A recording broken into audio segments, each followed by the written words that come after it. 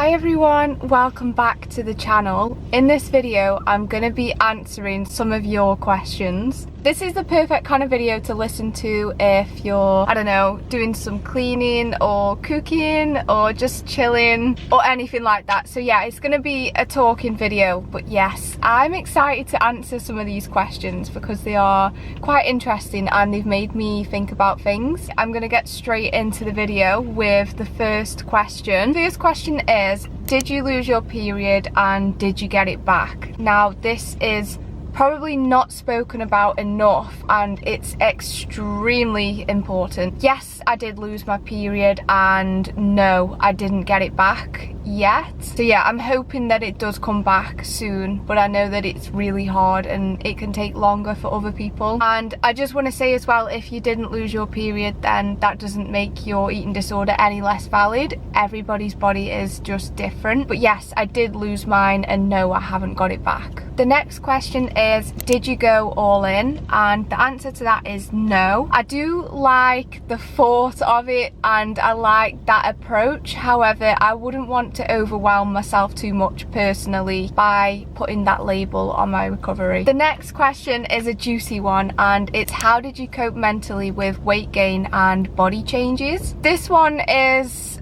kind of ongoing for me still at the moment because I'm still in the process of restoring weight. I can only talk about experience from what I've done so far. So for me, being a lot kinder to myself has helped me to accept it and just making sure that I'm trying to stop behaviours that make it feel worse. So body checking, I've tried to kind of stop. A good thing to do is when you find yourself body checking, stop and ask yourself, like, what are you looking for? Because whatever you're trying to look for or what your anorexia brain wants you to look for, i.e.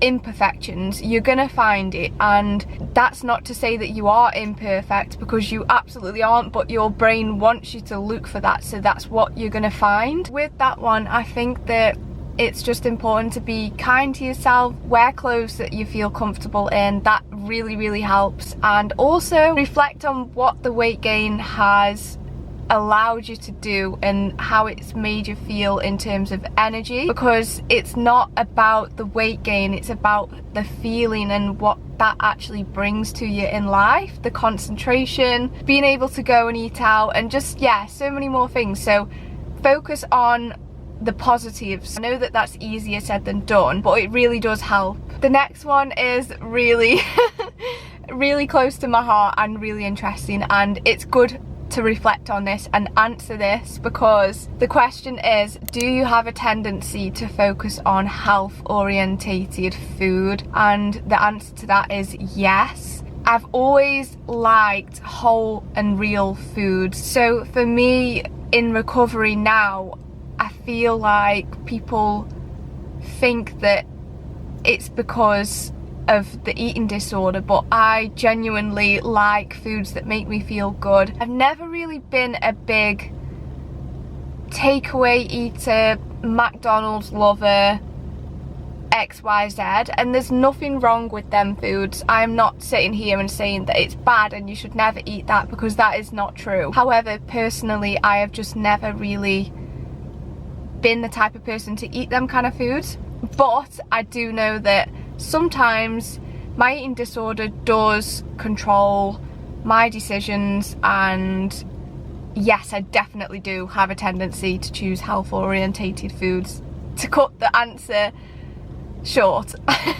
The next question is, would you consider more food exposure to pre-made foods like meal deals and sandwiches? Yes, I think this would be a great thing for me to do and challenge. So in one of my videos coming up soon, I'm definitely going to challenge that, because I think that it's important to do that, because not all the time you're going to be able to eat whole foods, and there's going to be times where you're going to be on the go and you're going to need to have something. So I think that it would be really beneficial for me to try them things, and I am definitely open to do that. The next question is, how have you found therapy and outpatient support? Yeah, I think for me things have been really unsettled with the community team, because there was a lot of not drama, but there was a lot of tension, a lot of trust that was broken in the days leading up to me going into inpatient. I think that now I have a better bond with the community team and they have been really helpful. Since I started therapy, I think that it's really helped me to have some mindset shifts and helped me to understand my eating disorder better, and it's helped me to understand why it's happened and where it's stemming from and what kind of keeps me maintaining the eating disorder. It has been really helpful. Yeah, it's taken time for me to build up that trust again. The next question is, did you go through refeeding syndrome? And the answer to that is no, I did not. If you are at risk of that happening, then please make sure that you speak to a doctor and just make sure that obviously you get the treatment that you need for that. The next question is very deep, and it is, who are you away from your eating disorder? What does Demi like? I love this question, but it's quite hard to answer. Yeah, away from my eating disorder, I'd say that I'm just a really, I don't know, I think I am an outgoing person, but obviously through my eating disorder I've been very isolated. I've lost friends along the way, and I've lost obviously passions, hobbies, interest in life, and obviously unfortunately this happens to everybody, and that is the devastating effects that the eating disorder causes, because it causes you to be withdrawn from what you actually enjoy and who you are as a person. So yeah, I'd say that I'm a very outgoing person. I used to be very social, but yeah, I used to go out quite a lot. I used to be fun. I think I still am, and that part of me is coming back slowly. I love fitness, I love food. I genuinely love food, and I love meeting new people. I like traveling and seeing different countries and learning languages. That's something that I did really enjoy, and I want to do that again once I kind of have the mental capacity to take that on. Yeah, I'd say I don't really know how to summarize who I am as a person, but I hope that you can kind of gather from my videos who I am, if that makes sense. I hope that answered that properly. But yeah, I love that question, so thank you for asking me that actually. Somebody asked, what are your favourite hobbies? My favourite hobbies are, fitness is my hobby. I know right now it's had to take a back seat kind of, and that's okay because it will always be there. I love going outdoors, I love walking, I love nature, and yeah, I love traveling, to be fair. I know that's not really a hobby. I love cooking, I love finding new recipes. I don't really know what else. I need to find some more hobbies. I think learning languages was a hobby for me, but yeah, as I said, I want to do that again. The next question is, how are you feeling physically and emotionally? Physically, I feel a lot better than what I did. However, I feel extremely tired most of the time, but because my iron is low, I think that that's playing a big part in that. So I do feel really tired. My muscles really do hurt sometimes as well, but I do feel a lot better. Mentally, yeah, that's a good question. I think that every day is different. It's very much up and down in terms of how I'm feeling, but mentally I'd say I can't really say that mentally I'm in a better place now than what I was a year ago, because I think that it's still really hard, and I think that the mental side of recovery is the one that will take the longest. The next question is a difficult one, and it is, how are you navigating exercise and recovery? And for me, this has been one of the biggest challenges for me. I think that in terms of exercise and food, I'd say that the exercise is the harder one for me to combat against the food. You can find yourself very much in a limbo of, I'll reduce the exercise but then I won't eat that, or I'll eat this but then I'll do more exercise, and it just kind of counteracts with each other. I think that this is a really, really difficult topic, and I know that a lot of people also will struggle with this. So for me, I think that I have had to reduce my days of exercise and what I'm doing, but it's still really a learning curve for me and one that I'm still on a journey to kind of figure out. I don't like to share exactly what I do in terms of exercise because I don't think it's necessary, but I think that you really have to be honest with yourself and ask yourself why you're doing the exercise, and if the intentions are right, then that's okay. But if you're doing exercise because you feel like you have to, or you have to burn food, then that means that there's a problem. And if you can't stand the thought of not exercising, then there's an issue. And yeah, I will openly sit here and say that yes, I do have an issue and I do struggle with it. It's a work in progress still. The next question is, what would you say are the main things you need to work on moving forward? And yes, I know the answer to this. There's two things. So the first one is exercise and the second one is food.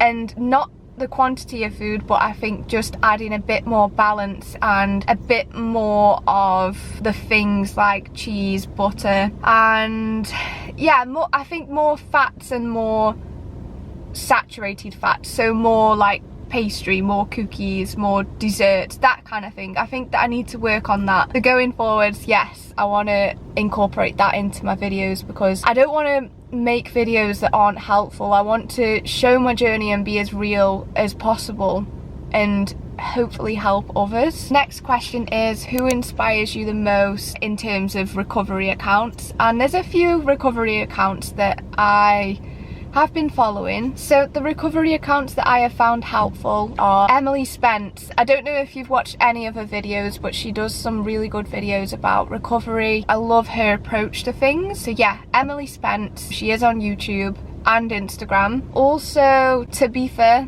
Of course, Tabitha is amazing. She has the book Rehabilitate, Rewire, Recover. She also has YouTube videos, so yeah, Tabitha Farrar. Brooke Paintain is also another one that I find really helpful. I love the content that she posts and just the absolute realness of what she does. I find that really helpful. Also, Fit. I know that she struggled with an eating disorder. She's absolutely amazing at running. I know for me, looking at her journey just really inspires me because I can really relate to what she went through. So yeah, I love her account. I love all of her content. Also, Abby Jones, she has been going all in and I absolutely adore her videos. They are so helpful. I always watch her. She's like a comfort YouTuber, but yeah, she is honestly amazing. The next question is, do you want your own family?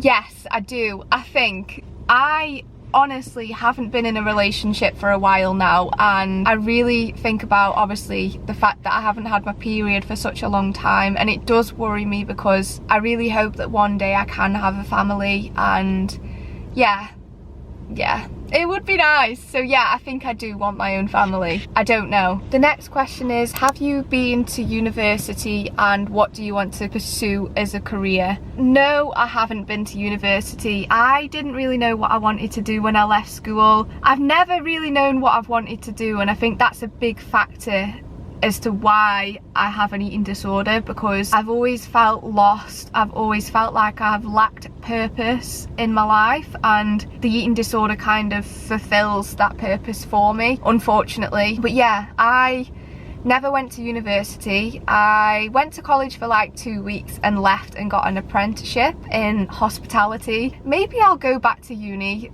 Go back, I never went. Maybe I'll go to uni. I don't know. I just want to get better, and then I might be able to think more clear then about what I want to do. But yeah, I never went to uni. And in terms of career, I'm not entirely sure. I really love real estate. I love property. I was thinking about being cabin crew again. I did previously do that and worked for Ryanair when I was 18. So I have been thinking, oh, I want to work for Emirates or I want to work for Virgin Atlantic, but I don't know. At the minute, I just really don't know. So yeah, I can't fully answer the career. But then I have also thought maybe I should train to be a nurse, or yeah, I'm not too sure.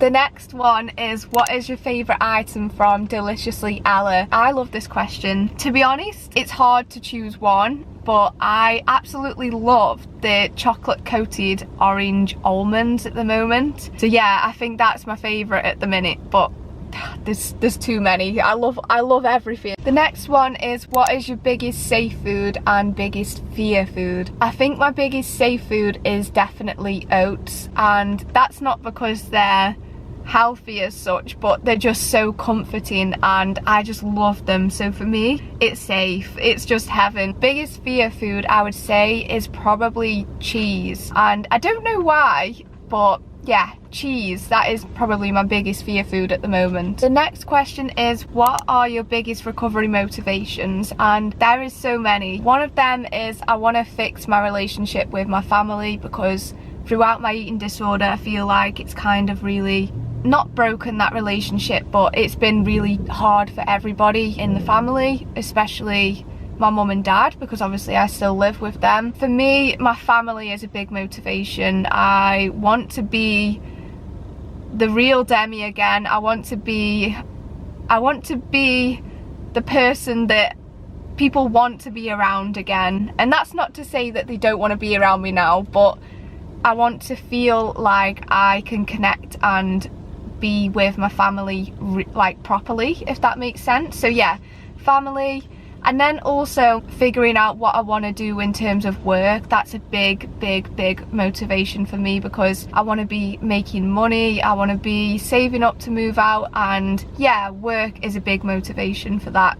Also, just how I feel genuinely is a motivation for me. I know that I could feel 100 times better than what I do if I stick with recovery and carry on. So that feeling of feeling good again is a big motivation for me. And also just the feeling of being free is a big motivation as well. The next question is, how was your overall inpatient experience? And for me, it was really difficult, to be honest, because I was sectioned on a section 2, so I had no idea that I was going, and the day that I had to go, I had a meeting to say that they weren't going to section me, and then about an hour later they called my dad to say that I have to go now and there's been a mistake. That was really damaging, and it brings up a lot of trauma for me, because I felt like I'd been lied to, and I felt like I wasn't trusted and I couldn't trust anybody because I was told one thing but then another thing happened. I think that me going into inpatient in that kind of mindset kind of didn't really help my recovery, because I felt like trust had been broken, and then when I was there it was just really negative. I only stayed there for the 4 weeks of the section, and then I did discharge myself. I think that part of me sometimes does think what would have happened if I'd stayed and fully restored weight there. I don't know whether that would have been better or worse for me to do, I don't know. I think that the 4 weeks that I was there did make me realise a lot, so I'm glad that it happened, and I think that obviously it has benefited me because it did give me that push that I needed. I also met some really nice people there, and obviously not the right circumstances, but they were really lovely. And yeah, I don't know, I think that inpatient is not always the answer, and it's just a shame that it got to that point, but overall I think that it was a push that I needed.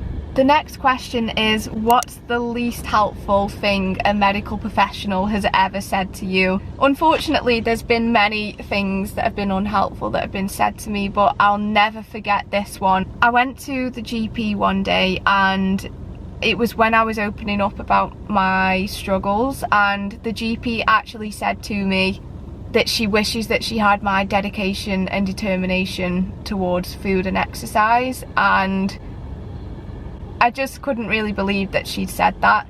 But anyway, that happened. That is all of the questions that I'm going to answer for this part of the video. I will do part 2 because there is some more that need answering. However, I hope you enjoyed listening and watching if you did watch. I hope that you found the questions helpful. Keep your eyes peeled for part 2 because I will definitely be doing that very soon. And yeah, I hope that it gives you a bit of an insight on me and my experience and my journey. Sending so much love. I hope you enjoyed watching, and I'll see you next time. Bye!